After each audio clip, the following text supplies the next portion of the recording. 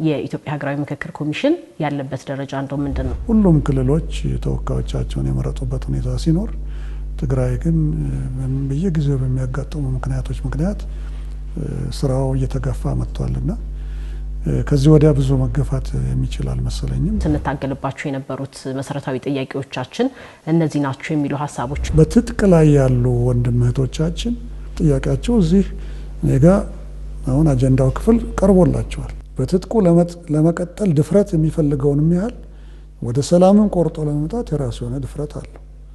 ስለዚህ እኔ እንደማስበው እንግዲህ አሁን የመጡት ያንን ድፍረት ይዘው የመጡ ይመስለኛል።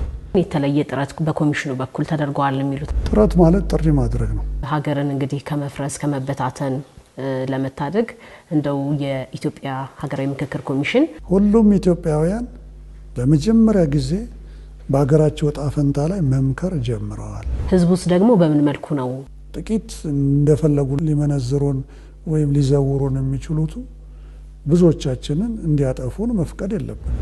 ለሀገሮት እንደው ምን ይመኛሉ? ሰላምን እመኛለሁ።